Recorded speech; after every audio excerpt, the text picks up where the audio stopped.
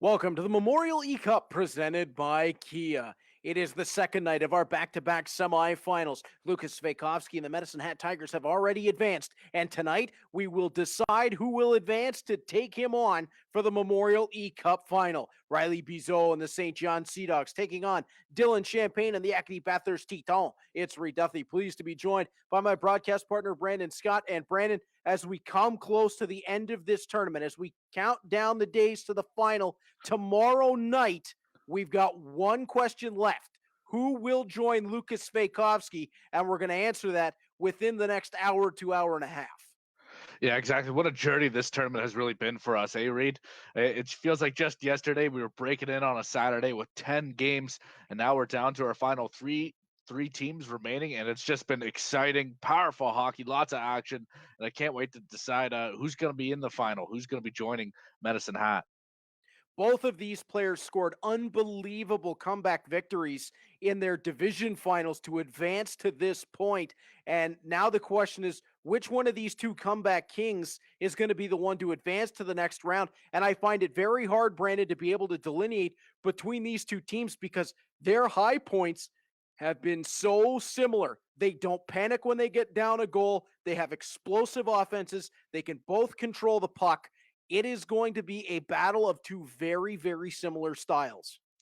Yeah, both these guys really shine in the third period, and I feel like that's going to be a strong point coming in as a Dylan Champagne. He's been phenomenal. He in that last minute specifically, he just seems to find a way to get it. Doesn't matter if he's down 1 goal or 2 goals, he will find a way to win. And Riley Bizot, on the other hand, this guy just scores a ton of goals, so it should be very interesting.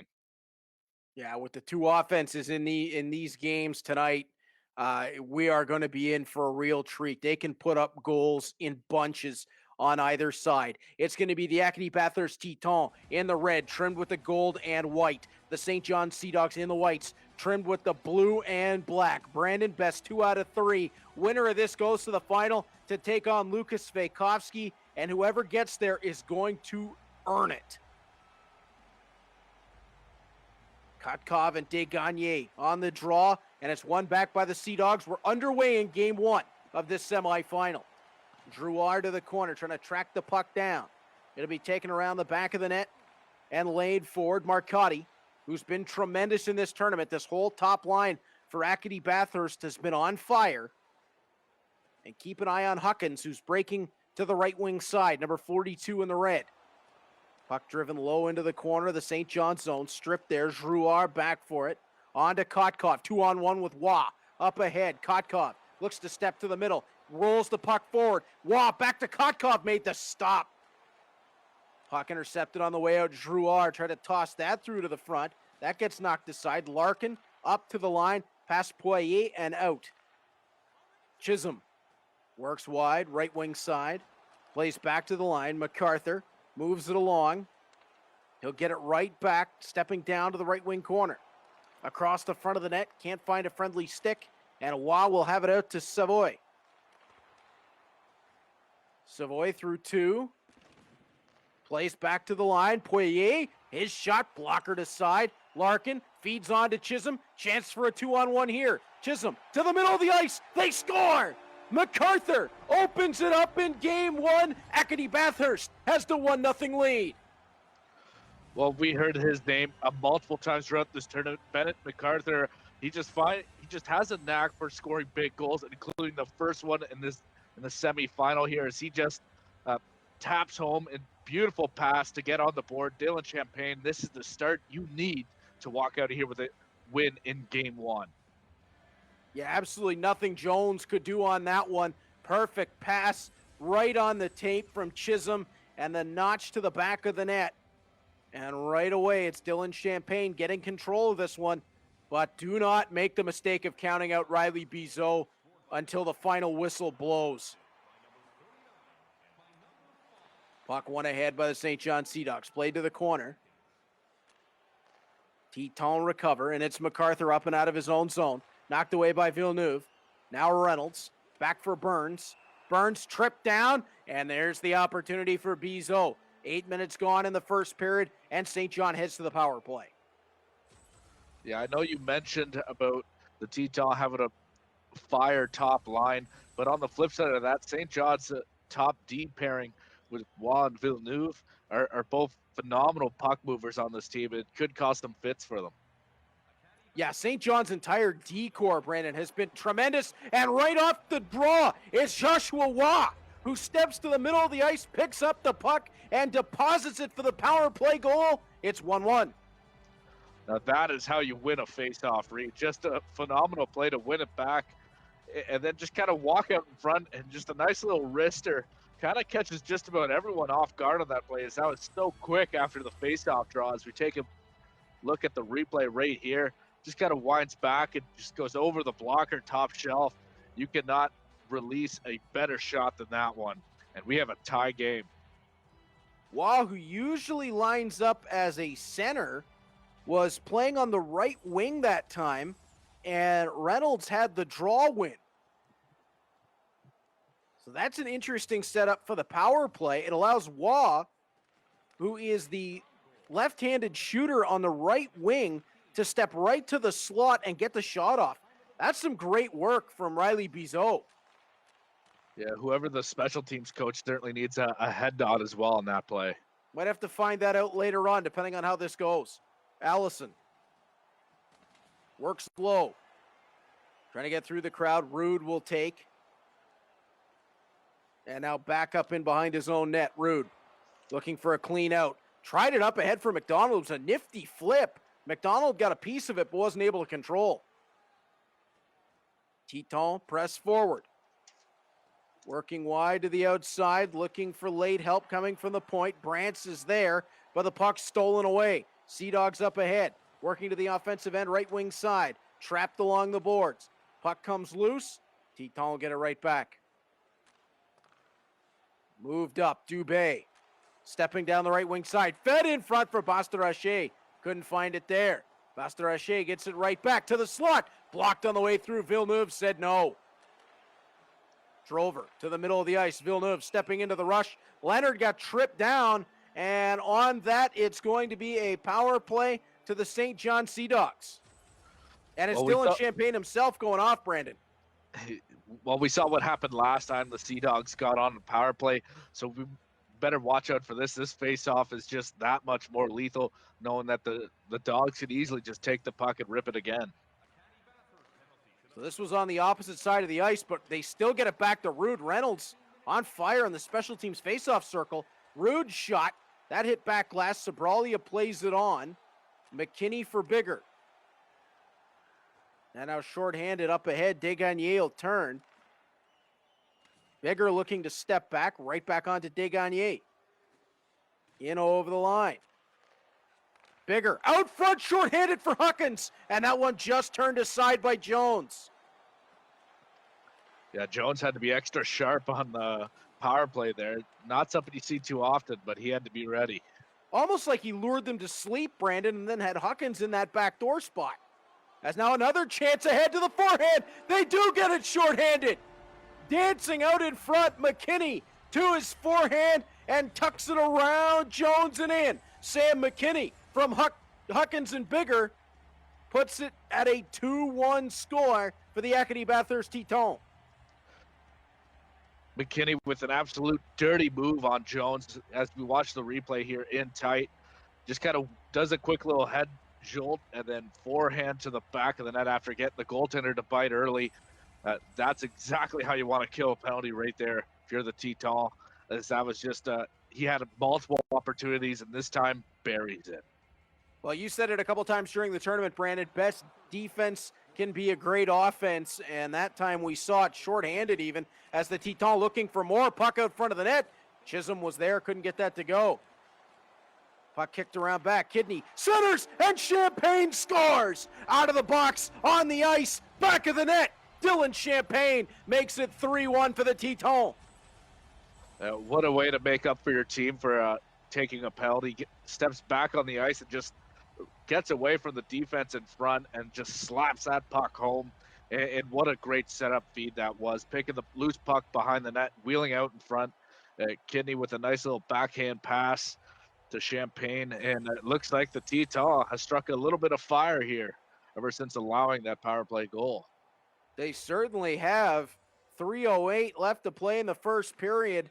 And Dylan Champagne, once again, scoring with himself, Brandon. That's been something he, a lot like Lucas Svejkovsky's done a lot of the damage himself, although right back into the Sea Dogs, and Kotkov answers back. It's 3-2. Yeah, this is the right way how you want to answer back with Kotkov with a nice little goal here for the Sea Dogs. As you can see, it was a beautiful pass in front, wheeling in and out of the defense. Just finds Kotkov on the side of the net, racing down, and that's a great way to strike back in this game. And it looks like the floodgates are open, Reed, as both these teams are firing on all cylinders right now. Vladislav Kotkov got a beautiful pass there, as you mentioned, that weave through a couple of defenders by the defenseman DeRoche. Allowed that to get the Kotkov in front. And right back in come the Teton. Puck out front for Chisholm. That wouldn't go. Side of the net, Kidney. Back for Chisholm. Turns away from pressure. Kotkov on him. Able to loosen up the puck. Kotkov, as it's stripped by MacArthur, he'll turn back and now looks straight up ahead. Kotkov cuts to the middle of the line, puts the brakes on, dances in. Drover's there, feeds out front for Jouard. That one knocked away, and that is where this first period is going to come to an end. What an exciting opening frame of game one. Brandon, 3-2 after 20 for the Teton. Yeah, that game, that opening period certainly had it all. We had a couple penalties, some great shots, and a handful of goals. I have a funny feeling that we're definitely going to see more of this. This is not going to be the final score. Yep, I would definitely agree with you on that one. Thanks for tuning into the Memorial E-Cup presented by Kia. Be sure to follow the Canadian Hockey League on Instagram and Twitter by following CHL Hockey, and stay connected on Facebook by following the Canadian Hockey League. 3-2 through 20. It is a tight hockey game. After getting up a pair, the Teton gave one up almost immediately to Vladislav Kotkov, which cut it back to one. And Brandon, after 20 minutes, I think we've got just as many questions as we had coming in. Yeah, exactly. And just looking at the scoreboard after one period, you notice the time on attack. The Teton with just over 4 minutes compared to St. John's only having 1 minute and 40 seconds. So that's something that they're going to have to improve on moving forward for Riley Bizot, as he scored 2 goals with a limited amount of offensive time on attack. So I expect him, if he got more, he might see an increase on the scoreboard. And he's going to try to get there right away with Kotkov in on the end boards, jamming away for the puck. Taken aside, and Huckins will move to Desgagnés. Up over the line. Poked loose. Jean-Mi Poirier after it. Tries to turn past the defender. That gets knocked loose. Marcotti back for Larkin. On to Marcotti. Picked it up behind himself. Steps through 2. Marcotti to the front. Feeds on. They score! Huckins on a beautiful play from Marcotti. Goes right to the front of the net and is able to tip it home. Marcotti and Larkins will pick up the helpers on Cole Huckins' goal to make it 4-2. Yeah, it almost looks like that feed right before it landed to Huckins. It was going to take it himself with the way he charged the net, juked everybody to focusing on him, and then Huckins right on the back door. He will make no mistake about it. And you really notice that Dylan Champagne, he's got to be feeling himself right now. He seems to, whenever you feel like the momentum might swing the other way, he storms back with a big goal. And the Tetons win the ensuing draw and look to get right back to the attack as Huckins cuts to the blue line. That's taken away. Reynolds for Burns. Gets knocked loose. Marcotti over the line. Stolen by Poirier. Savoy up ahead for Burns, who makes one miss. Burns steps to the slot, plays low for Reynolds. Up top, Rude. Steps to the middle of the line, fires. And Sabralia, I'm not sure how he found that. There was at least 4 players lined up in the slot, and that had to be like a disappearing puck every so often. Yeah, he had to be very sharp. It almost looked like one of the St. John offensive forwards there was right in front trying to get a stick on it to try to tip it, but Sabralia steps up big. Kotkov feeds on for Waugh. That one knocked aside. Jenkins through the middle. Chisholm tried to go wide, and the puck will be stripped. Here's Kotkov once again. Works wide, left wing. Kotkov past one. Centers the puck. Waugh gets to it. Plays it on for Kotkov, looking for Drouard. Instead, cuts into the right wing corner. Kotkov trying to elude 2 defenders and finally got run out of space, but the puck's not cleared. Villeneuve picks it off and steps down. Drouard in front for Waugh. That one just wide. What a setup, though, Reed? Villeneuve finding that man last second. What an opportunity. That was really pretty hockey. Puck brought down right back to the front of the net. Just not able to get the shot away. Teton now looking for some zone time. Rumsey trying to bring it out front. Kidney's there to follow up. He has a look to the line. Bigger's open. He'll walk on. Delays it across. Brantz onto Rumsey. He'll get it right back. Rumsey low. Kidney in behind the goal. That one played right out front for Rumsey, who went up and over the top. Chisholm found him with a perfect feed. Bigger from the point. Walks it along. Runs into trouble. Plays it for Brantz, who did a nice job to step to an open side. He tried it across the front of goal, and Jones sticked it aside. Rude in over the line for Kotkov. That puck stripped as Rumsey was back in great defensive positioning. Bastarache moving forward. Centers the puck. Got it back at the post, but he was past the net. Puck around back. Centered once more. That one looking for Rumsey was just away from the target. And it's out for Drouard. Now Innes steps up. Innes around 1. Gets run out of space. Champagne for Bastarache. Now to Dubé. McCormick jumps ahead for Champagne, who steps down the wing. Back for McCormick. They score. It's 5-2 for the Acadie-Bathurst Tetons as Dylan Champagne scores one and then sets one to Adam McCormick. 3-goal lead. Yeah, that was just a coach's dream. What a magnificent play, all starting with Dylan Dubé. He will find Dylan Champagne, who wheels inside the zone for finding McCormick, and it looks like Dylan Champagne is starting to run away with the scoreboard here as the Hills becoming a bit of a mountain for the Sea Dogs. That was just a beautiful one-timer to the back of the net. Again, its cross-crease passes seem to be the winning recipe right now for the Tetons. Now we know Riley Bizot has a history of making come-from-behind victories possible, but he's got to be careful not to let it get too far away here as Champagne tries to center. Burns will carry on. Savoy plays on for Reynolds. Out front, nearly got one back. Burns onto Savoy. That one turned aside.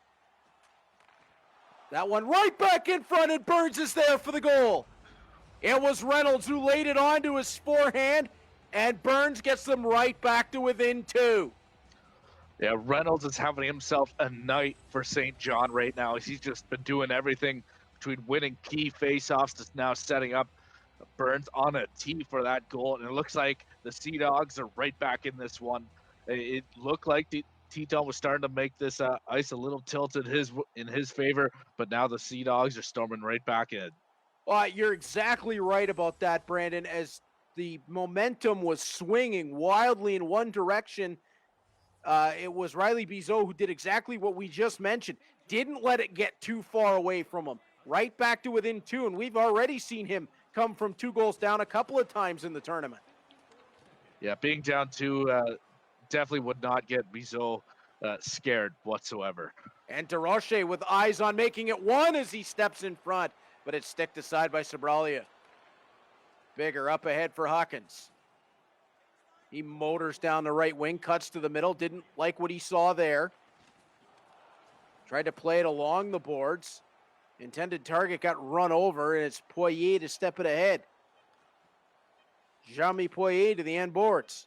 Brant steals there. On to Hawkins. He carries on now for Degagne, who guides it to the middle of the ice, but that is where we will run out of time in the second period. And Brandon, the entertainment level still right up there. Just when it looked like the Titans were starting to run away, Riley Bizot says, no, not so fast. Gets one right back. Yeah, I can't wait to watch the third period, though, Reed. Both of these two competitors, they dominate the third period. That's where they do a lot of their goal scoring. So it should be in for quite a treat coming up. Thanks for watching the Memorial E-Cup presented by Kia. Be sure to enter for your chance to win daily prizes and a chance of winning a grand prize of a $1,000 prepaid Visa gift card. Today's promo code is Kia. Enter the contest at chl.ca/Memorial E-Cup. Once again, today's promo code is Kia, and you can enter the contest at chl.ca/Memorial E-Cup. We get set to head to the third period. Shots are almost even. Hits pretty close. Time on attack still turned in the favor of the Titans, Brandon. But St. John made some real progress in that second period. They had over 3 minutes of time on attack in that frame. Yeah, exactly. And what the Sea Dogs use for that time on attack, they're very proficient, as they've been able to score quite a handful of goals in limited amount of time.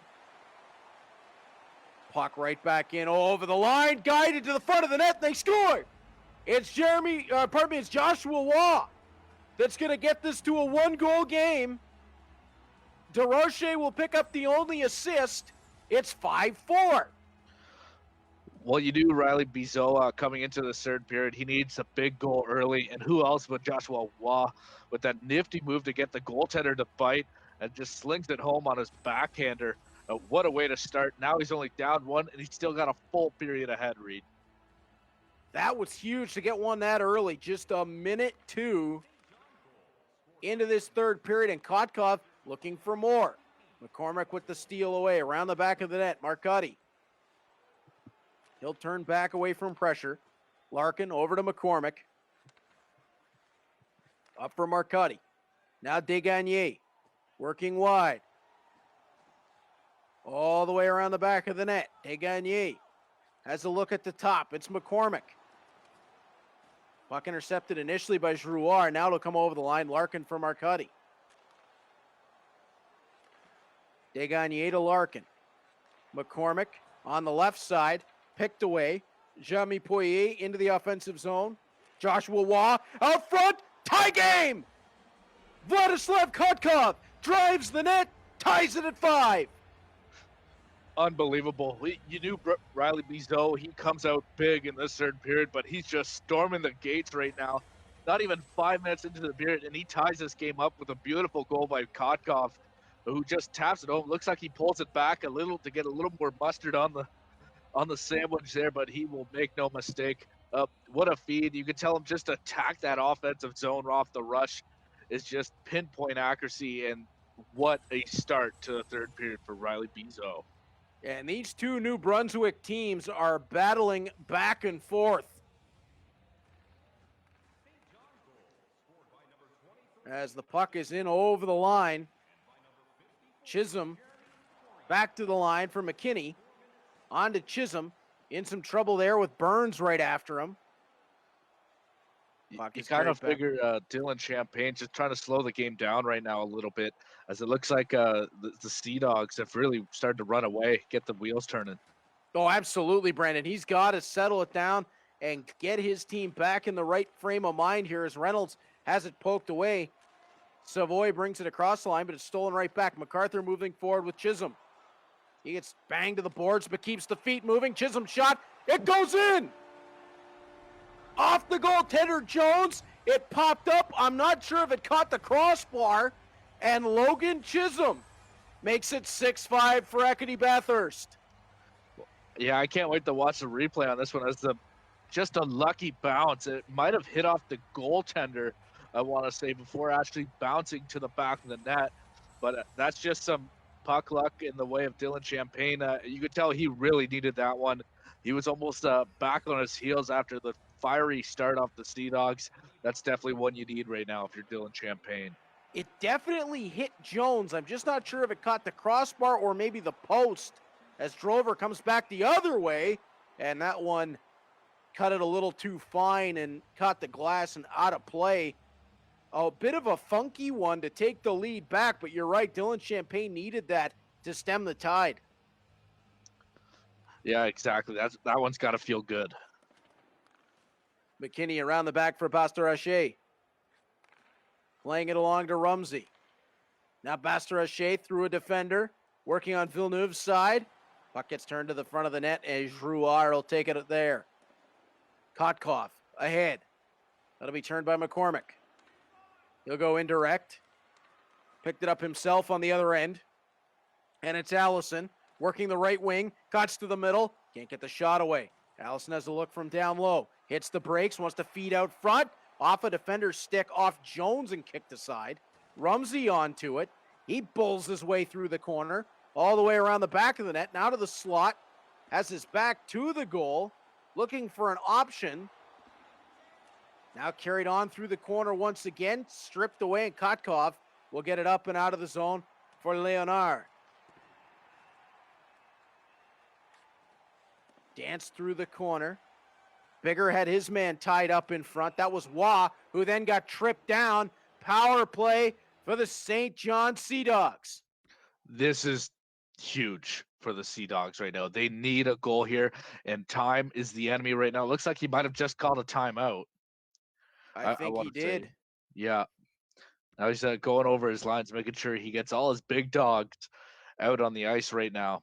As this is just a pivotal point in the game. Not, again, like I previously just said, not a lot of time left. This power play is huge, Reed. Kotkov is going to head to the center spot on Unit 1 for the St. John Sea Dogs. Usually listed as a left winger, but playing the center role for St. John in the tournament. He's been the staple in the middle of line 1 at even strength, and he wins the draw back for DeRoche, and that one was knocked away. 5.5 to go in game number 1. Puck driven to the front of the St. John net. Desgagne picks it up, and they score shorthanded. It's the second shorthanded goal of the game, as off to the side of the net, the feed from Desgagne finds Huckins, and it's 7-5 for the Titans. I believe you mentioned earlier in this game, the best offense is a great defense. And right here, the Teton down a man in the pivotal point of the game, finds a way to get a shorthanded marker, as this is absolutely huge. And this might have gave Dylan Champagne a win in the battle. It would be huge for Champagne. This one on Acadie-Bathurst ice. He'll have to be the road team in game 2. And you want to hold serve on home ice, especially to open up the back-to-back in games 1 and 2. As Larkin up for Desgagne. Now Larkin feeds over, they score! It's 2 shorthanded goals on the same penalty kill, and it's Huckins again. Wow, just unbelievable. Cole Huckins definitely gives he needs a pat on the back after this one, after just a phenomenal play here as he gets 2 late. And these are key goals. This might have gave him a chance to walk away, and I believe that's his 3rd of the game, though, Reed. Yeah, you can see the hats raining down onto the ice. Yeah, just a phenomenal effort, as you can see right here. Drags all the defense over his way before setting up Huckins, and the Teton looked like they might have just won game 1 on that play. Yeah, 4:38 to go. Bizot still with time, but back-to-back shorthanded goals on the same penalty kill. That's 3 shorties in the game for the Teton as Kotkov over the line. Turns back. As it knocked loose, Rude steps down. Feeds out front, Kotkov's there and scores. Well, hold the phone. They're back to within 2 as Vladislav Kotkov picks another one up. I believe that's a hat trick for Kotkov as well now in that game, as he just sitting out in front. He gets a blade on it, and it looks like to the back of the net. And this is a brand new game, Reed. Riley Bizot, you know he's not going to leave quietly. He's certainly making some noise right now. Well, to mount a late comeback here, he was going to need one quick. He got it. Now it's a sprint. 4:06 to go after giving up 2 shorthanded goals on the same power play. He scores on the same man advantage. Now a breakaway for the Titans and a save by Jones. Desgagne couldn't beat him. Desgagne down low. Huckins around back of the net. It's stolen away, and DeRoche. I'm a little surprised that Riley Bizot didn't try to take over as goaltender with the double pad stack on that play. That's been his thing as Kotkov feeds out for Drouard, and it was almost a 1-goal game again. Kidney cuts through 2, in over the line. That's knocked loose, and you can see the desperation for Bizot now. He's getting the puck and just barreling up the ice. Under a minute to go. Puck driven to the side of the St. John net. Jones will cover and hang on. 55 seconds to go. The Sea Dogs need 2. Yeah, this is a big face-off. If he can get a quick one here, he might still have some time left on the clock to get another. He may have enough left if he can find one fast. You're right. As the puck tossed into the corner by MacArthur. Picked up there, and they score. Back to 3 goals. It's 9-6 for the Titans. As rolling out of the corner in possession was Logan Chisholm. He finds the back of the net. And that one will put the icing on this one. Yeah, Chisholm looks like he's just running a drill you'd see in a practice, the way he pivots and turns wheeling out of the corner, then walks in front, a beautiful wrister over the glove, and that was just a bullet of a shot. And now you got to wonder if there'll be any changes in lineups for Game 2. Is either one of these teams, even for Dylan Champagne, he's given up 6 here in Game 1. Will he change D pairs? Will he change lines? He's going to get another into the empty net as Bizot tried everything he could to keep the puck away, and I think that's the hat trick for Logan Chisholm. Yeah, right here is just a last-ditch effort by Riley Bizot, pulling the goaltender, see if he can make anything out of it, and then Chisholm, with the help of his teammates, quickly turn over the puck, and he'll just rifle it into the empty net for the trick. There's not going to be any hats left in the building as MacArthur gets run into by Drouard. 2 hat tricks for the Titans, 1 for the Sea Dogs, and a race up ice again. Kidney rolls to the middle. Villeneuve will steal. Down to 20 seconds to go. And Acadie-Bathurst is going to take Game 1 as the puck is in over the line. Shot just wide of Jones's goal. 10 seconds to go. Rude trying to get it out. Titon maybe looking for a little bit more as Waugh gets a hold. Up ahead, bounces it past Drouard. And neither team wants the whistle to blow here late. That's going to do it. Game 1 in the books. The Acadie-Bathurst Titans win it by a 10-6 final on the back of 3 shorthanded goals and 2 hat tricks. Brandon, that's exactly what Dylan Champagne was looking for in Game 1. Yeah, exactly. This game certainly had it all, and definitely a lot of goals as we see 5 goals played on the special teams, 3 shorthandeds for the Titans, and then 2 power play goals for the Sea Dogs. So it's kind of wonky. We knew whenever the Sea Dogs with the extra man, somebody was going to score in that one. Well, now we look towards Game 2 and a must-win situation for Riley Bizot. He cannot lose a second game. Back now to the wall, Brandon. I got to think he's going to be more dangerous coming out of the gates in Game 2. Yeah, Riley Bizot, he was always more of a gutsy player. He's not afraid to risk it to get an opportunity, and I expect to see a lot of that in this upcoming game because, like you mentioned, his back's against the wall. He needs a win or he's going home. 16 goals in Game 1. What are we going to see in Game 2? Don't go anywhere. It's coming up after this. Hello, Instagram. I'm on a mission and I won't stop. No destination, but it's worth a shot. You gotta let me go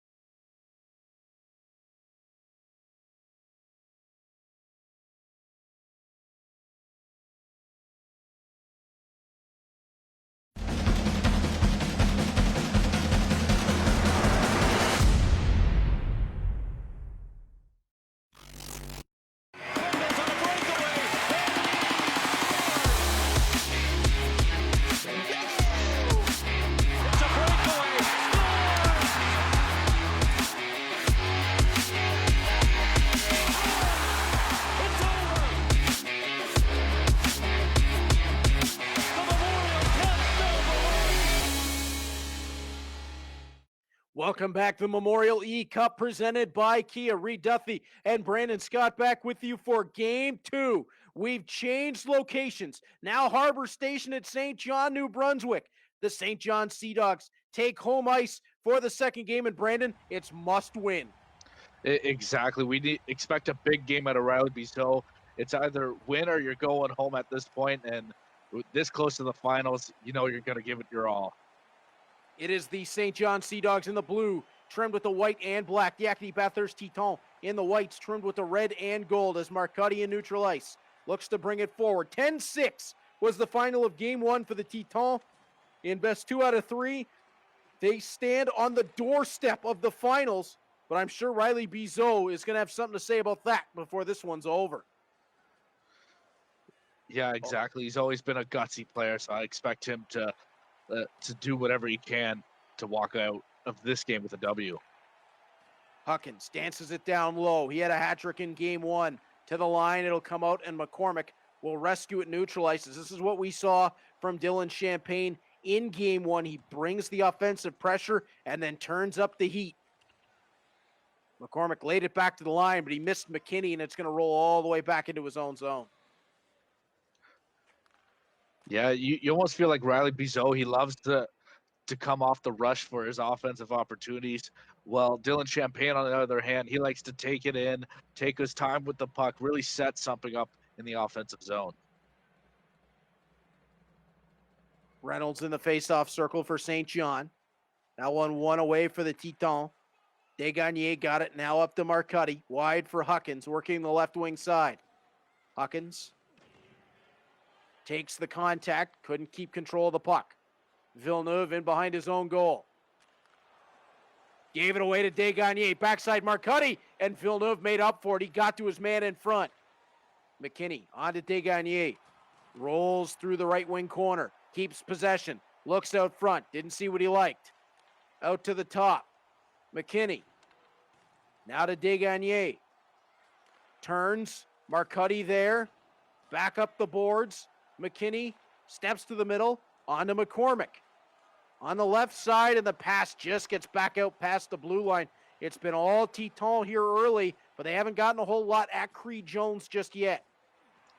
Yeah, the Sea Dogs are doing an excellent job just squaring off the slot, not allowing any cross-crease passes. Lawrence breaks in, gets to the front. Christian Sabrali has to make a big save. Puck work back up the boards. McCallum to Innes. He's troubled out high by Huckins. Now cuts to the middle. Bizot, backhand, save, rebound, save again by Sabralia as Lawrence was troubled from his backside, and that gave the Teton goaltender just enough time to get to it. Marcotte ahead to the middle. One of Desgagne. That's knocked loose. And Bizot happy to jump on it there. Riley Bizot working against a check. Steps off the left wing circle. Tried for McDonald in front. He got tied up. Pass back along. And Chisholm's there to knock that away. And Marcotte looks to step ahead. Marcotte weaving his way through neutral ice. Turns back to Gaudet. Now to Marcotte. Gaudet out front. Chisholm. Great stop by Jones. Down to 4:15 left in the first period. Drover stolen away by Gaudet. On for Chisholm. Now to Kidney. Bennett MacArthur following up. Rude knocked it away and a chance forward. It'll be erased by the great strides of Gaudet, who got back in the way. Puck turned over. Here's Innes up ahead. He gets tripped, and he'll draw the first power play of the game. 2:12 left in the first, and Brandon, this one much more conservative than the first period of Game 1. Yeah, exactly. You could tell both these teams kind of figured each other out, and they try not to avoid making mistakes. I know I mentioned how Riley Bizot is a gutsy player. Now he's looking like he's a little more methodical with his plays. Marc-Andre Gaudet to the box. Larkin picks it up. Short-handed, the Teton were a real danger in Game 1. 3 short-handed goals as McCormick looks forward with it. Steps into the offensive zone. Puck ends up in the left wing corner. Now Kidney, who is filling at the left point, will step down. Back to the line, McCormick onto the right side. Larkin turns it back to the left point. McCormick can't find anything he likes out front. McCormick turns again against the pressure for Larkin. Larkin covered nicely, and that'll be taken by Drouard. Still time to work with. 20 seconds left in the period.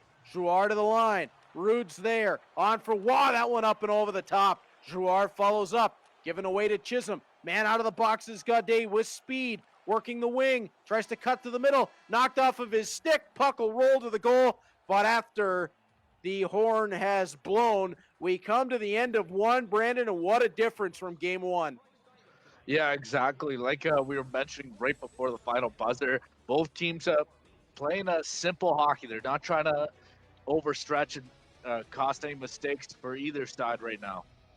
Thanks for tuning in to the Memorial E-Cup presented by Kia. Be sure to follow the Canadian Hockey League on Instagram and Twitter by following CHL Hockey, and stay connected on Facebook by following the Canadian Hockey League. We're through 20 minutes, and so far, if you're Riley Bizot, you've avoided damage. You've gotten a couple of chances on goal, but Brandon, it is must-win time for St. John. They're going to have to hit the scoreboard. Yeah, exactly. At St. John, they did a great job not allowing Dylan Champagne to really get anything started, but on his own side, he's got to start rubbing some rocks together to get a spark on that offense. Well said, as DeRoche off the draw. Turned back by Desgagnés. Kotkov moves his way forward. Drouard backside, and Hawkins will step to that when it got deflected on the way through. Marcotti turns in neutral ice. You can kind of feel it here, Brandon. It's obvious that Dylan Champagne knows that Riley Bizot has to score. The pressure is on St. John right now, not on Acadie-Bathurst. Yeah, exactly. So that's a little bit at ease for him playing this game right now. This is the first game he's played in this tournament that's not an elimination game for him. There's a bit of a smash and grab quality. Joshua Waugh! There's the spark! It's 1-0 for the St. John Sea Dogs. And now the pressure turns a little bit, because we know what Riley Bizot can do with momentum, and he's got the 1-0 lead in a must-win game. Yeah, that was an excellent play down low in the corner by Kotkov to kind of bump his defenseman, then steal the puck away, then find Joshua Waugh coming in. And that was just a beautiful shot right on the tee. As you could tell, Riley Bizot, he likes to score off the rush. So that's one thing Dylan Champagne he needs to do.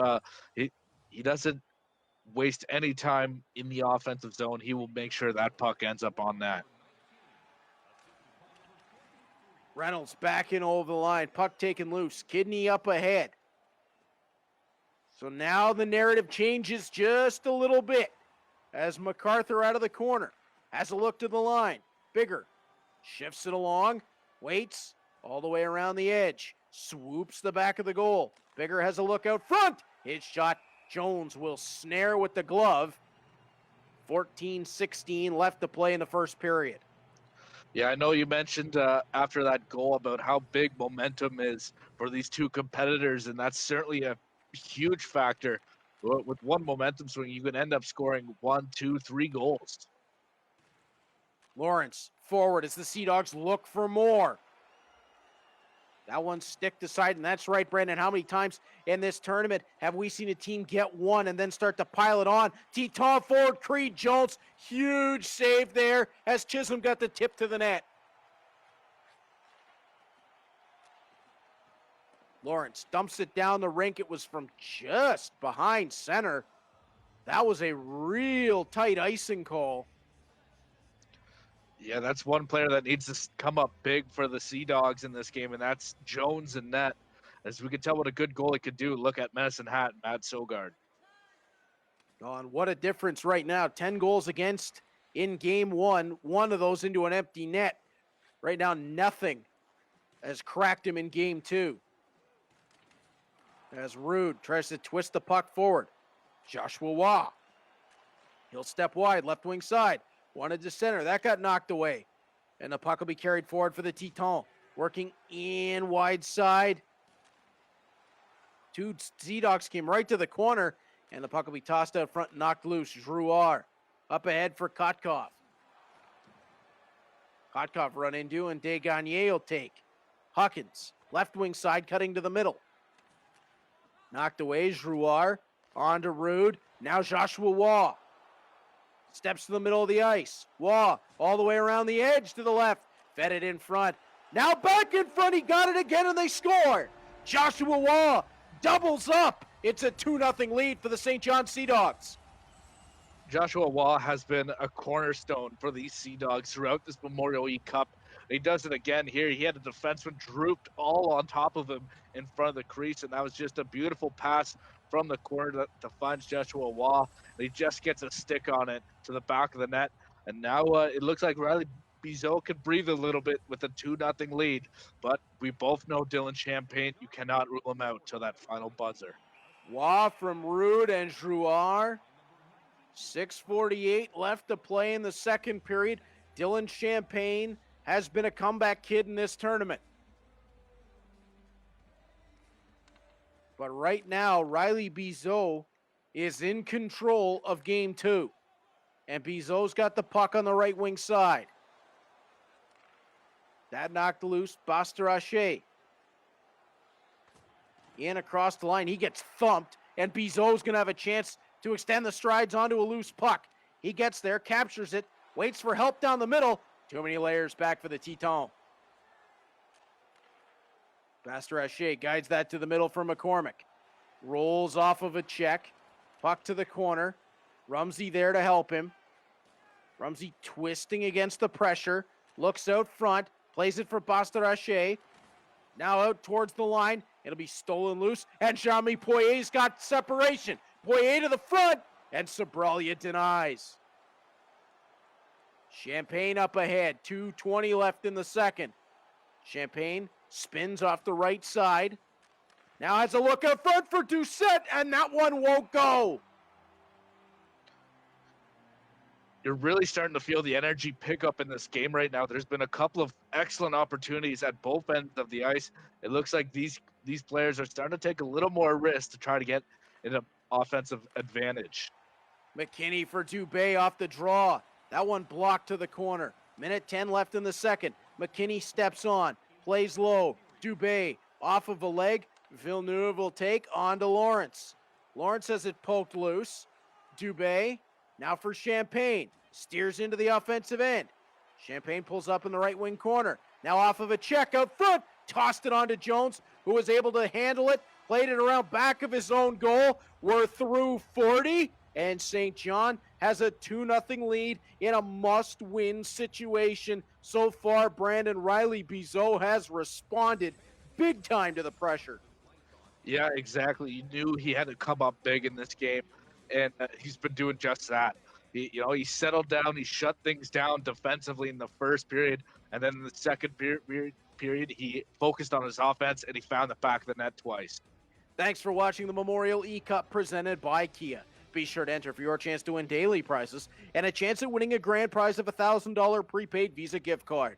Today's promo code is Kia, and you can enter the contest at chl.ca/Memorial E-Cup. Once again, today's promo code is Kia, and you can enter the contest at chl.ca/Memorial E-Cup. Well, we're through 40 of Game 2 of this semifinal. Lucas Sveikovsky and the Medicine Hat Tigers await the winner of the series. And just when it looked like a 10-6 lead a 10-6 Game 1 victory had Dylan Champagne in the driver's seat, Brandon, we go to the third with Riley Bizot showing his resiliency. Yeah, exactly. Both these players, they're a little more familiar with each other coming into Game 2, so they're not allowing too many opportunities offensively for either side. Jones makes the stop on Huckins to open period 3. Kotkov up ahead for Drouard. Looking for Waugh, who's working on 2. Back to the line, DeRoche. Oh, did he get hammered? What a hit from McCormick. Desgagne. Up ahead for Hawkins. Stepping wide on the left wing side. Feeding back to the slot.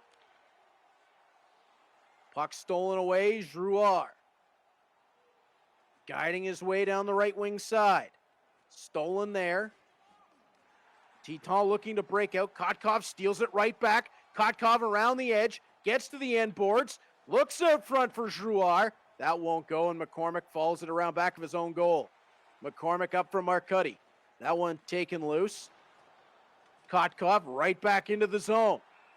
McCormick got to him, but I believe he's going to be called for a, well, he's going to get called for a trip. Thought it was going to be a hook. Guess it probably could have been either. And the St. John Sea Dogs with a 2-0 lead have a power play. Yeah, even though they have the man advantage, the Sea Dogs, they got to be careful here. They know they let in 2 shorthanded markers in game number 1. They can't be doing that this game, especially at this point in the third period. Drive from Root at the point is knocked down. Kidney turns away from pressure. Tried to feed on. McKinney will step to it. He brings that one across. Leonard. Forward for the Sea Dogs. Left wing side. Cuts to the middle and scores! It's 3-0 St. John on the power play goal as cutting to the front of the net and going upstairs short side is Liam Leonard. Yeah, that was just a beautiful goal read as he took on the goaltender 1v1 in that play. Leonard, he came out on top of that nifty move right in front of the goaltender to get him to bite, as we were about to see right here on the replay. You can tell he just went, almost looked like he was about to do backhand glove side and then pulls it around the forehand over the blocker. And that's exactly what the Sea Dogs need right now, with the time being the main enemy right now for Dylan Champagne and the Teton.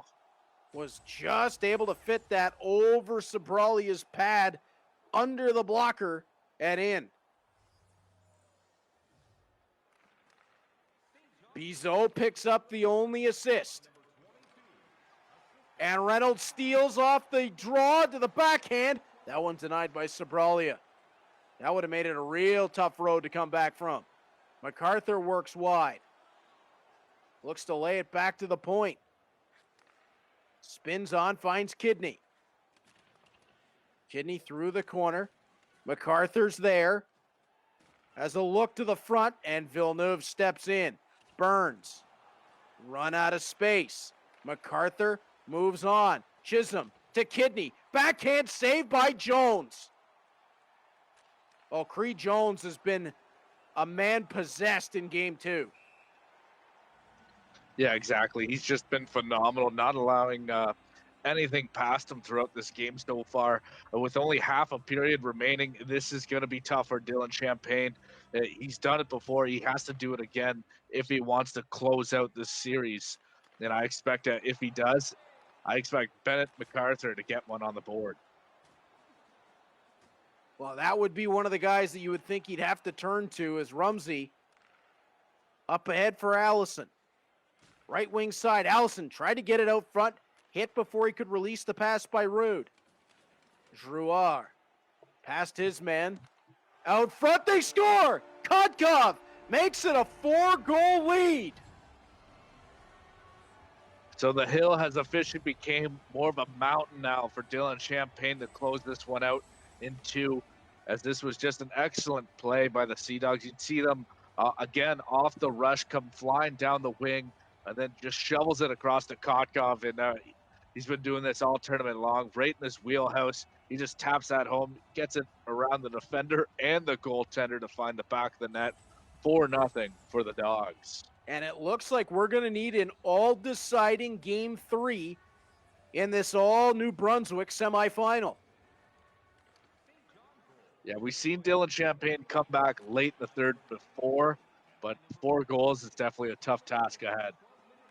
That would be very difficult, and now it's going to be worse. It's 5. Liam Leonard. As Dylan Champagne is in a big hole right now. Riley Bizot has found the offensive groove in this third period. Well, I don't think you could execute a game more perfectly than Riley Bizot did in game 2. He closed out defensively since the beginning, not really allowing too many opportunities for Dylan Champagne. And then once he does get a good opportunity, Jones, and that has been a wall. And then offensively, he's just been finding a way to get it done. He's threading the needle with these cross crease passes, and he's capitalizing off the rush. Puck taken over the line. Allison's try. What a split save from Creed Jones. Different goaltender in game two. As Gaudet, he tried to cut to the middle. That one was running off the post. Leonard looking up front for McDonald. And that one won't go either. Jenkins on for Doucette. Carrying across the St. John line. 4.5 left to go here in the third period. Riley Bizot has been in control of game two. Leonard playing to himself through neutral ice. Into the offensive zone. Gets run off of it. Doucette looking to bring it forward, and Champagne will follow. Champagne works wide. Steps down. Out front. That one sticked into the corner. Poirier. Up for Vandervley. He'll play to the middle. Drover shot wide.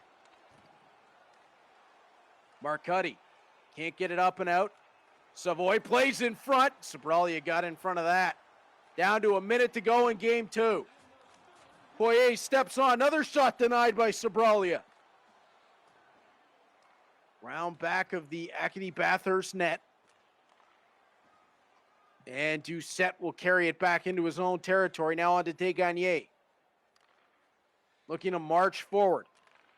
Poirier with the steal. Burns turns with 34 to go. Puck will roll out past the line. And Brandon, you said it. You couldn't have put together a better game plan than what Riley Bizot did here in game two. He's going to force this to a deciding game three. Yeah, if there's a blueprint for success, it looks like Riley Bizot has it. And he's got another on the board. Reynolds out front of the goal is going to make it 6. Yeah, not a lot of time remaining, and this game gets pretty well put to bed after this final tally by Reynolds, who's just hanging around back door on the Teton crease. And it looks like St. John, what a dominant performance. As we witness during our little intermission between the two games, Riley Bizot, he did a couple of roster moves to change his lineup around. So far, I think it's safe to say it's working for him. Definitely paid off to this point. Kotkov in over the line. They'll try it to the goal. That'll be knocked aside. 7 seconds left in the third period. This was a completely different game from game one. 2 seconds and one, and the St. John Sea Dogs, with their backs against the wall, put up a 6-0 victory in game two. We will go to game three. And Brandon, what was the difference in this one? Honestly, it was just Riley Bizot. He just really stepped up. You cannot put together a better blueprint for success. Like I was mentioning in that third period there, he just executed in all 3 zones of this game. He had his big gun step up. Jones was huge in this game for sure, and that it was just all around just a perfect performance. And you got to think coming into game 3 now, Dylan Champagne, he's got to be sitting a little nervous at home playing. Get the drinks, get the snacks, get to the edge of your seat. Game 3, all deciding semifinal, is coming your way next. Hello, Instagram. I'm on a mission and I won't stop. No destination, but it's worth a shot. You gotta let me go. You gotta let me go. You gotta let me go. I'm on a mission and I won't stop. No destination, but it's worth a shot. You gotta let me go. You gotta let me go.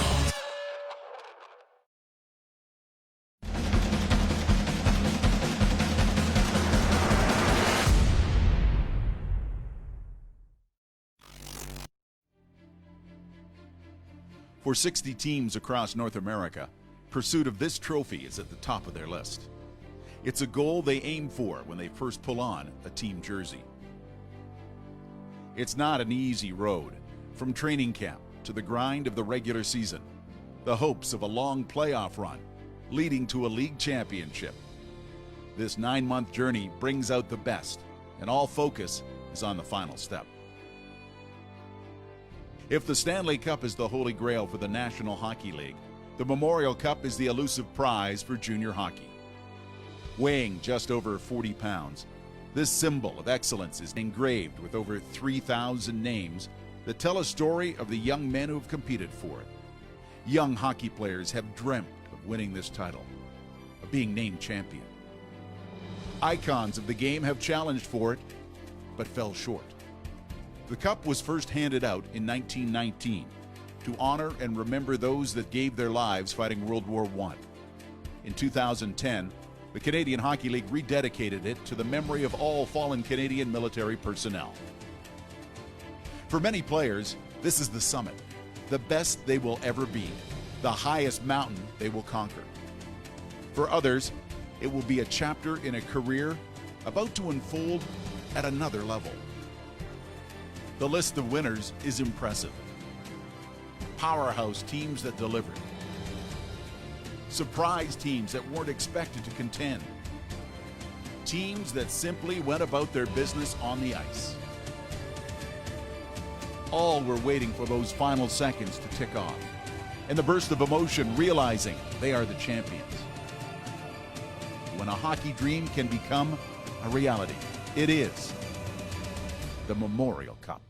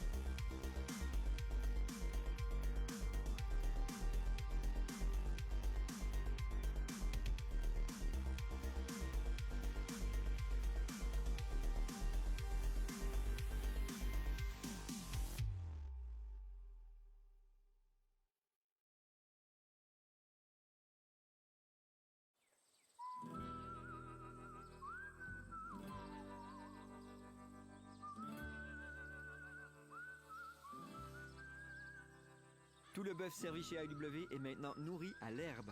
Venez l'essayer.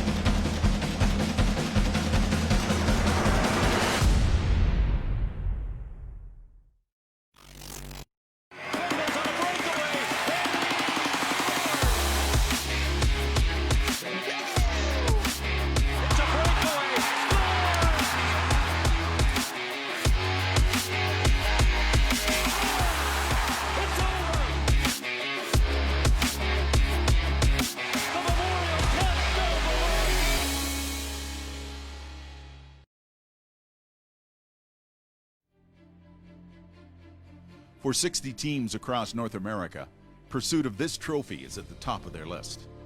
It's a goal they aim for when they first pull on a team jersey.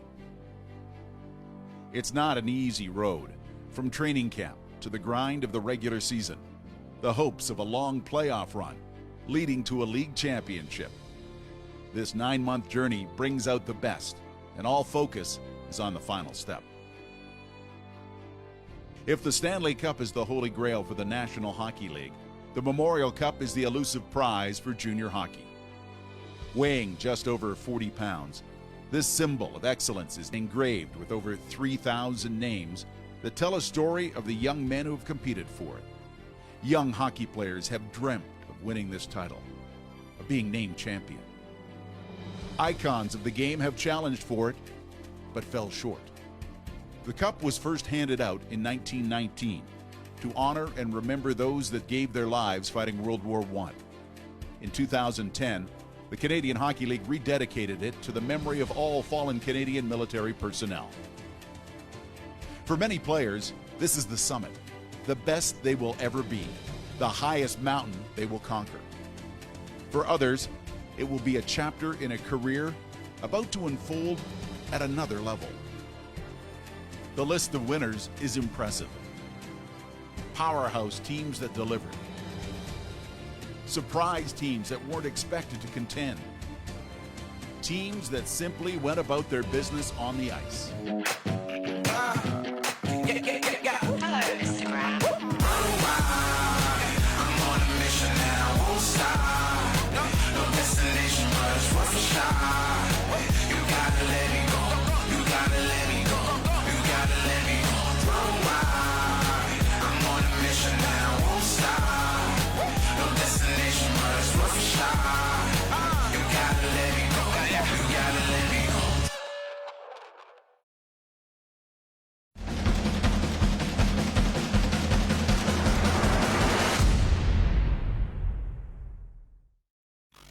Welcome back to the Memorial E-Cup presented by Kia. Well, what a way to cap off our night. Game 1, the Titans with a 10-6 victory. Game 2, the Sea Dogs with a 6-0 victory. So what does that bring us to? An all-deciding Game 3. Lucas Svikovsky and the Medicine Hat Tigers are sitting, waiting for the winner of this one. Reed Duthie, Brandon Scott back with you. And Brandon, what a change from Game 1 to Game 2. What in the world are we going to see in Game 3?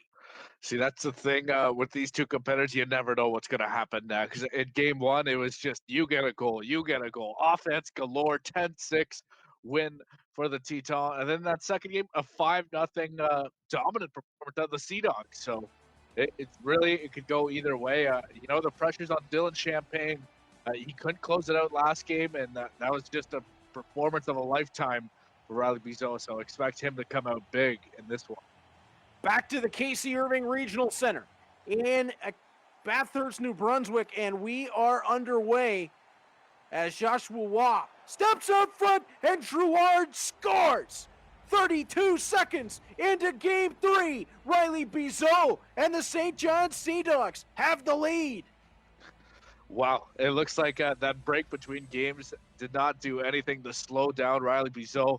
As not even a minute into the game, he comes in rushing into the offensive zone, shovels it across, and again threads the needle on that beautiful cross crease pass to get on the board here early. What a goal for the Sea Dogs. That's exactly how you want to start this elimination game.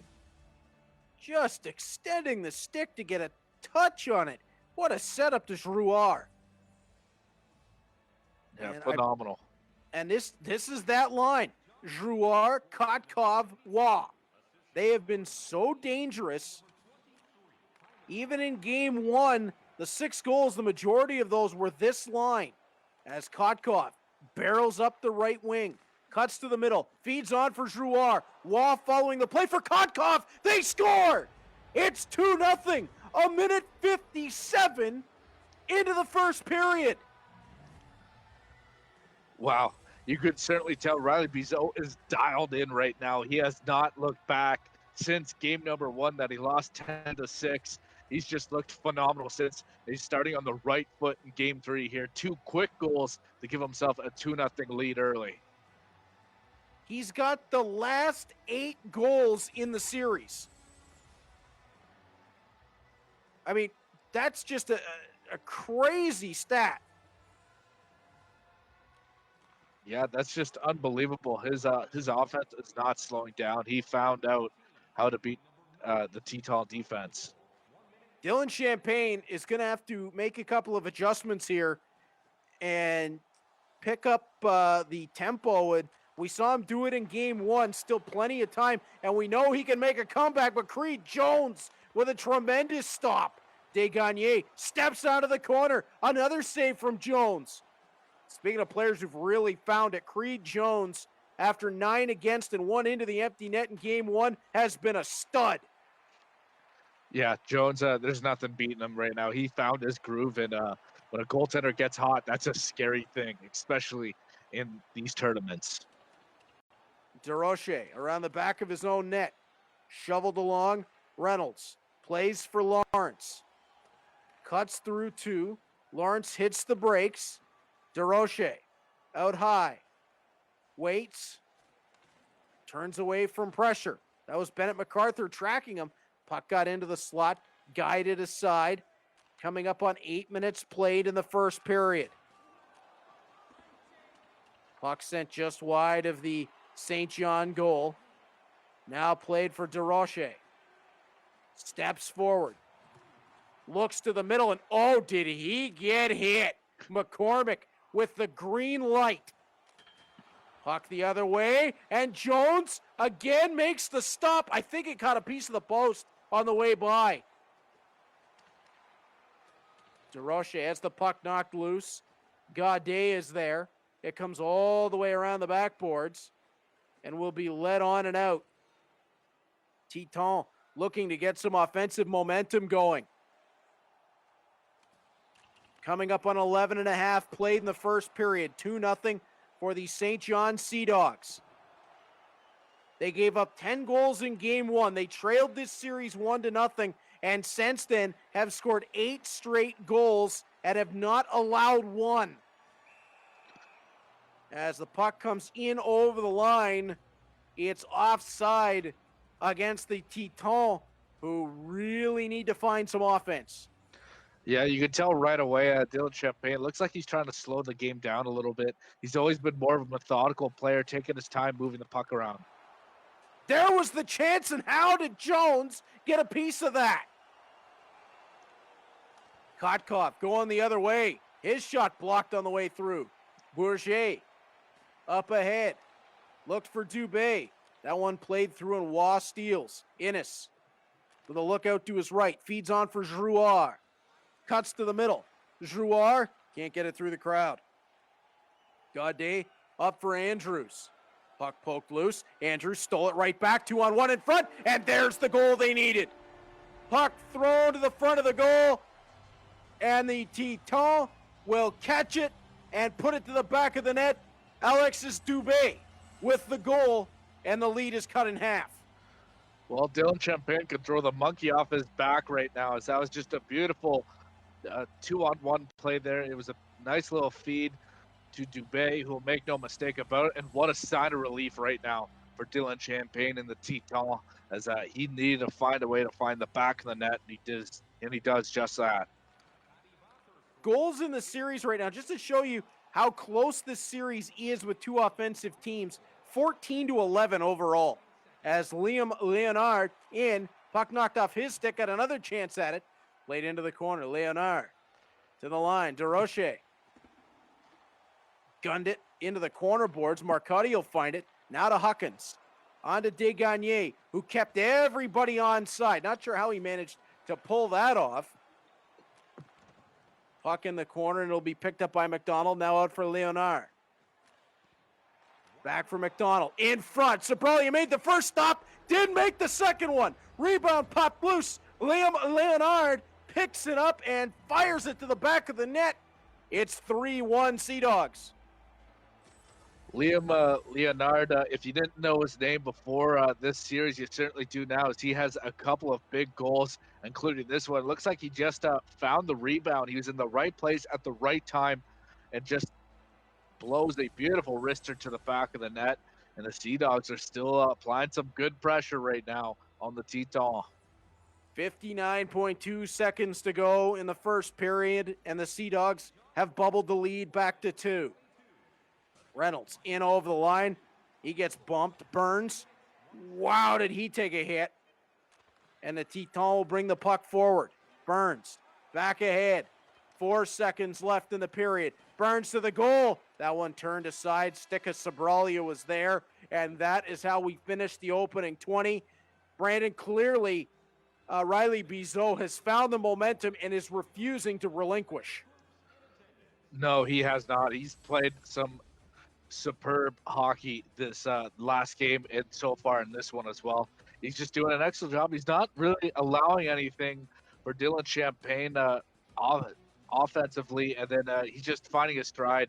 He's getting so lucky. He's in the right place at the right time, and he knows what he's doing. Thanks for tuning into the Memorial E-Cup presented by Kia.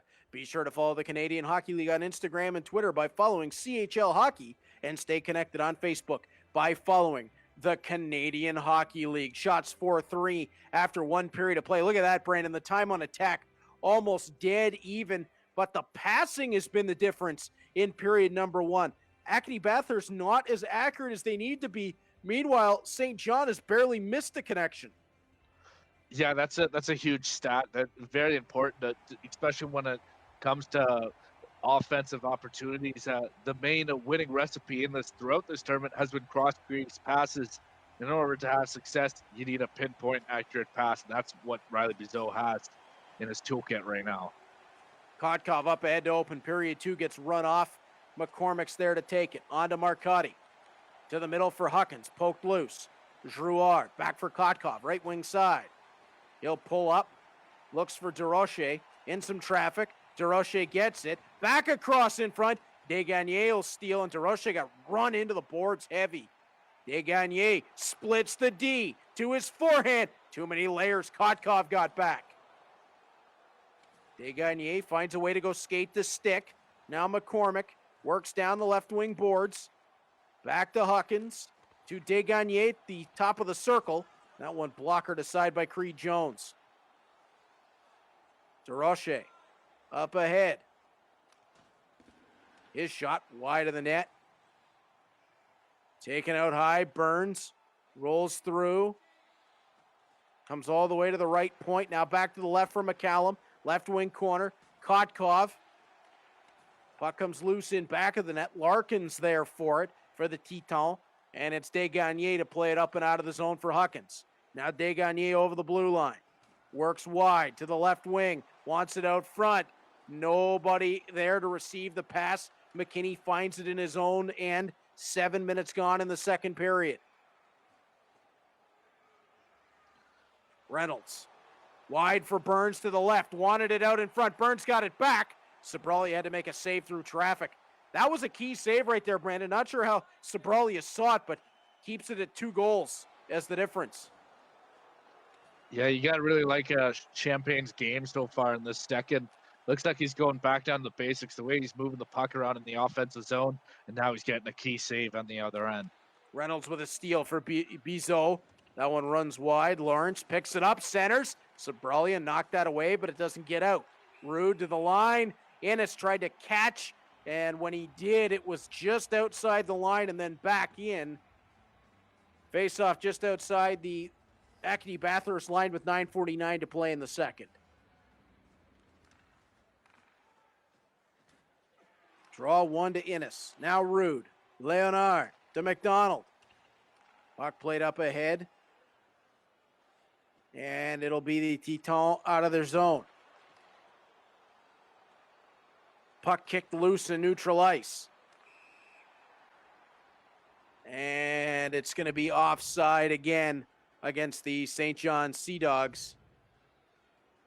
As we are in the second half of the second period, 8:11 left to play in it.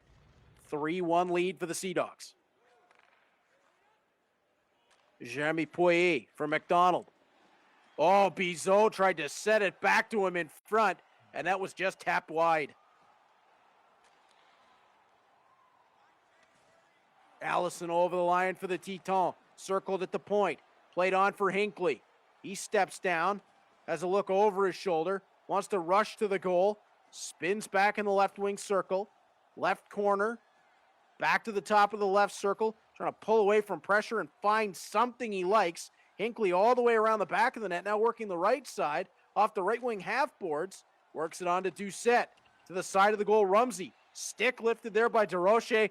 And Brandon, how about the defensive coverage from St. John? Yeah, he's playing phenomenal. It's almost like artwork in his own zone right now, the way he's able to shut down Champagne. There's just no room to get the puck into or out of. Doucette walks down right side, has to pull away from the net, and Rude tied his man up in front. Doucette again, down to the end boards, backhand on Jones won't go. 2:20 left to play here in the second period. Bizot steps away from pressure. Bigger approaches, stick to side on the shot by Sobralia. Yeah, even just watching their play in front of the net there, his defense are doing an excellent job not allowing any open doors, back door. God, they're just giving nothing in the rotation. It's tremendous. It almost looks like they got too many men on the ice. As Rude tries to center, Bigger will take it away, and I'm sure that's how Dylan Champagne feels right now. As Kidney carries the puck forward, looking for a last chance in the period. It was too far in front of Andrews. That'll do it for 40 minutes. 20 remain to decide who's going to the final. And right now, Riley Bizot is starting to get those toes into the door frame. Yeah, Riley Bizot, you can tell that door's definitely creaked in for the finals. But knowing Dylan Champagne, you can't rule him out to the final buzzer. He has a couple of comebacks, victories so far in this tournament, and I expect him to not give anything up till the very end. Thanks for watching the Memorial E-Cup presented by Kia. Be sure to enter for your chance to win daily prizes and a chance at winning a grand prize of a $1,000 prepaid Visa gift card. Today's promo code is Kia, and you can enter the contest at chl.ca/Memorial E-Cup. Once again, today's promo code is Kia, and you can enter the contest at chl.ca/Memorial E-Cup. We go to the third. What are we going to find by the end of this 20?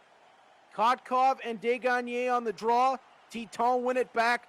They need a pair here in the third to at the very least extend this to an extra frame, as Drouard will play that off of a body and up and out of play.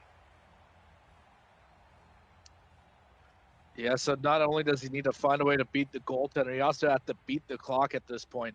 I know we're only a minute into this period, but this time it flies. It sure does, as Waugh plays it out front, was looking for Kotkov. Larkin will take, and the Teton will look to move forward. A goal in the first half of this third period would go a long way for Dylan Champagne, and the puck to the slot, swing and a miss from Chisholm. Jones handles it, rebound bounces out, St. John clears. Kotkov racing up the right wing side, has that taken away. Larkin spins, nailed as he comes across the line. Kidney, though, takes it deeper to the right wing corner. Kidney rolling away from pressure, tried to feed on. Again, too many layers in front for the Sea Dogs. They've been masterful in their own zone. Yeah, one thing I would recommend to Dylan Champagne, he needs to change up his offensive plan. It looks like Riley Bizot's caught onto him. Lawrence in front for Reynolds, and it's a 3-goal game. Reynolds on the one-timer beats Sobralia, and oh my goodness gracious, it is Riley Bizot starting to stake his claim to a spot in the finals. Yeah, the hill's becoming a mountain, Reed, and this was just a great play by the Sea Dogs. They need to take advantage of any offensive opportunity they get.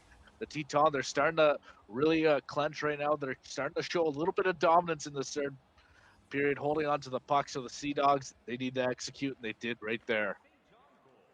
Since game one, the Sea Dogs have outscored the Teton 10-1 as Lawrence in over the line for Burns to the backhand, and that was denied by Sobralia. Bizot found something in between games 1 and 2, and he's not let off the gas. Huckins up for Desgagnés. Working wide, out front, off of a skate, and there's Creed Jones again. Desgagne twisting into the offensive zone, plays it into the right wing corner. Down to 11:10 to go. McCallum out for McDonald. Puck sticked aside. Liam Leonard tried to play that forward. He'll get it to Villeneuve. Off the right wing, and Sabralia touches that to the corner. Rude steps up to take away the out pass. Past the halfway point of the third period. St. John with a 3-goal lead. Villeneuve into the offensive end. Puck stripped away. Carrying on to the Titans is Doucette. Turning through the right wing circle to the slot. Allison wanted to get it in front. Got the steal right back. Tried to guide it there again, but too many layers in the defensive zone. Burns is not giving up anything. Puck right back over the line. Rumsey's shot stopped. Rebound chances turned wide by Andrews.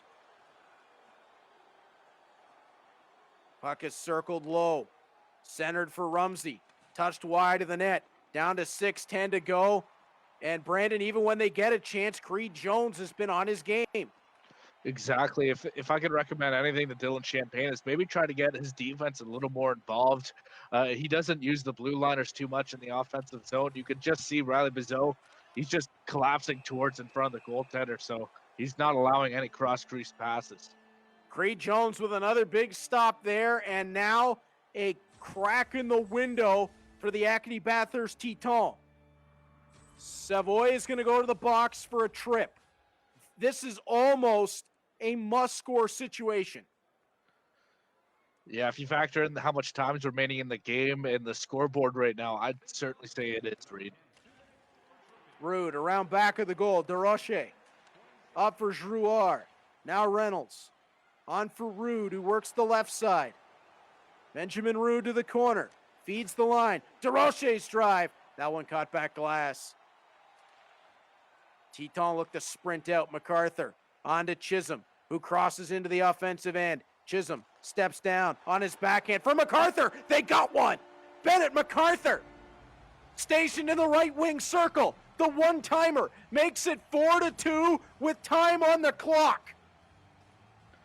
Well, you can't mention a comeback without Bennett MacArthur. That's just been his niche this entire tournament. He's been one of those guys that just seems to find a way to turn on the red lights in the final frame, and he scores a big power play marker. As we take a look back at the replay, you can just see them wheeling around and then finds MacArthur in the slot, who will just bury it along Jones, who almost looked like you cannot beat him, unbeatable per se. And looks like this game might be a little interesting, a little dicey down the stretch, Reed. Still time to go if you're the Teton. We've seen this happen before. 2:50 left in the third period, but the Titans still need a pair.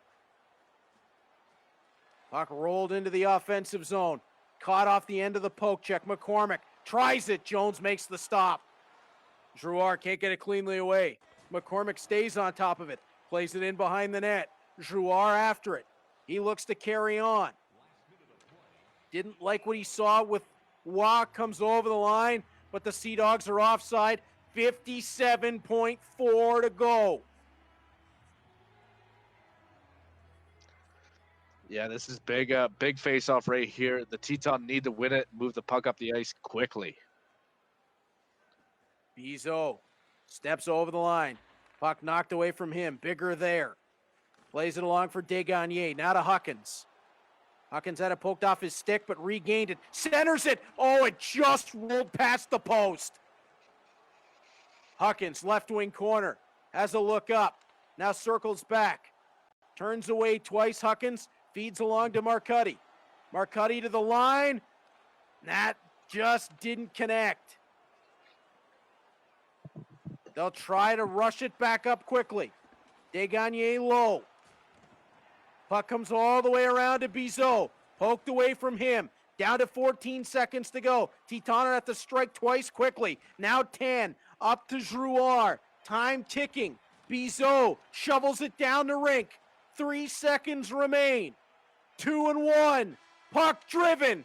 After dropping game 1, Riley Bizot recovers, wins game 2 with a shutout, and then a 4-2 victory in game 3. The St. John Sea Dogs are off to the final of the Memorial E-Cup. And Riley Bizot will be with our Brandon Scott right after this.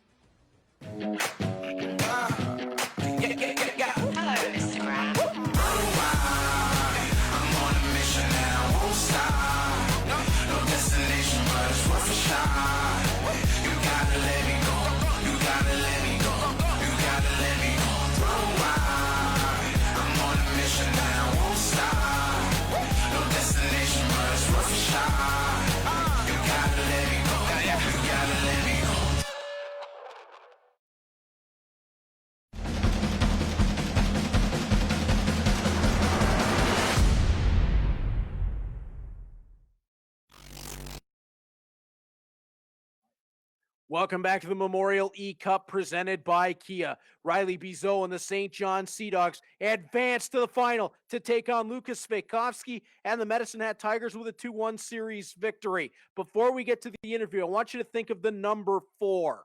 The difference in game 1 of the series was 4 goals, 10-6. Riley Bizot scores 4 goals in game 3 for a 4-2 win. And when you add up all the goals in the series, the difference was St. John 16, Acadie-Bathurst 12. 4 goals over 3 games make all the difference as we go to our Brandon Scott standing by with now finalist Riley Bizot. Yeah, that was excellent math, Reed. Riley, welcome to the broadcast. Tell me what's going through your head right now. You just won the series. You're heading to the finals.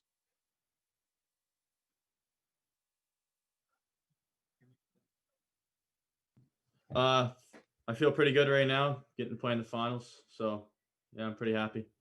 And tell me, what did you learn from game 1 that kind of excelled you through the next 2 games? He looks for backdoor passes quite a bit, so I just kind of stayed in front and blocked those. Now tell me, after witnessing that first game, he scored 10 goals. You only scored 6. Were you a little nervous going out, or was that just a good game for you to kind of scout and work your way? I didn't really think I was out of it, but yeah, for sure. I thought I needed to play a bit better in my own end, and worked out. And then in game 2, you scored 2 quick goals right off the bat. Was that a little comforting for you? Yeah, it made me feel pretty good. So just focus on my defense for the rest of the game. And how much did you really prepare coming into these semifinals? Not at all. I just kind of came in, see how it would go. And tell me about that top line that you put together. They've been the backbone of a lot of your offense so far. How nice is it to have those skilled guys up front? Yeah, they carry my team for sure. So I don't think I'd be here without them. And of course, you cannot forget the goaltender in net, Creed Jones. How spectacular was he in games 2 and 3? He was unreal for me, for sure. Now tell me one last thing. You're heading to the finals. Did you kind of think you would actually be in the finals of the Memorial E-Cup when you first signed up? No, not at all. I just kind of came in, play for fun, but here I am. Awesome. Thanks again, Riley, for joining me on the broadcast, and congratulations and good luck tomorrow in the Memorial E-Cup. Thank you. What a matchup we're going to have tomorrow night, Brandon. When you look at the 2 teams that have now qualified, Lucas Svejkovsky was never really out of control of his semifinal. And on the other side, Riley Bizot drops game 1 10-6, but from that point on, took the driver's seat of his semifinal and never looked back. Yeah, Riley Bizot, you could tell just how much in-game coaching he does. He mentioned in the interview with myself about how in the first game he noticed how Dylan Champagne likes to score his goals. So once he took away that factor, it was all Sea Dogs going the rest of the way. And what a turnaround that we saw in that series. It looked like Dylan Champagne had everything rolling his way in game 1. But then in game 2, we noticed that both teams came out a little tentative. And maybe that delay in the offense for Champagne, it just left that little crack in the window for Riley Bizot. I don't think he went through the crack. I think he kicked the window pane out. Yeah, exactly. He definitely bashed open that window and he got out of the house. That's for sure. And that was just a great performance by Riley Bizot. Dylan Champagne, he was a strong competitor throughout this tournament, but just really couldn't get going after that first game. And you got to hand it to Riley Bizot. He shut him down offensively, didn't really allow him to get any opportunities in front of the net. And then, of course, with the play of Creed Jones and that really solidified the W. So we look forward to tomorrow night, the finals. And when you take a look at it, Brandon, these two teams match up so well. The defense of both sides has been stellar. Mads Sogard, we've talked about, has been the best goaltender in the tournament. But Creed Jones only allowed 2 goals against in the last 2 games of this series. And you look at the forwards, top line versus top line. They both offensively carried their teams. This could come down to a battle of which team gets more depth scoring. Yeah, exactly. It's almost like these two teams, they were meant to play against each other. They're just equal throughout. And as you mentioned about the depth scoring, that's definitely going to be a key factor come the final. The semifinals are in the books. We know the final game. It's Lucas Fejkovsky and the Medicine Hat Tigers, Riley Bizot and the St. John Sea Dogs. That will come your way tomorrow night. Pregame, 5:45. Brandon, we're going to add Nick Merrick into this discussion. This is going to be a whole lot of fun tomorrow. I can't wait till we get there. How about you?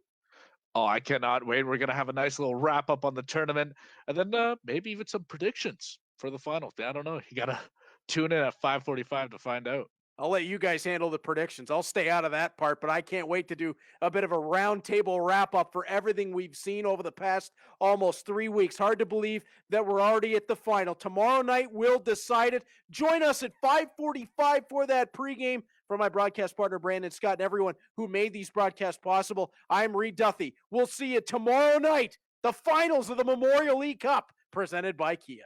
Hello, Instagram. I'm on a mission and I won't stop. No destination, but it's worth a shot. You gotta let me go. You gotta let me go. You gotta let me go. I'm on a mission and I won't stop. No destination, but it's worth a shot. You gotta let me go. You gotta let me go.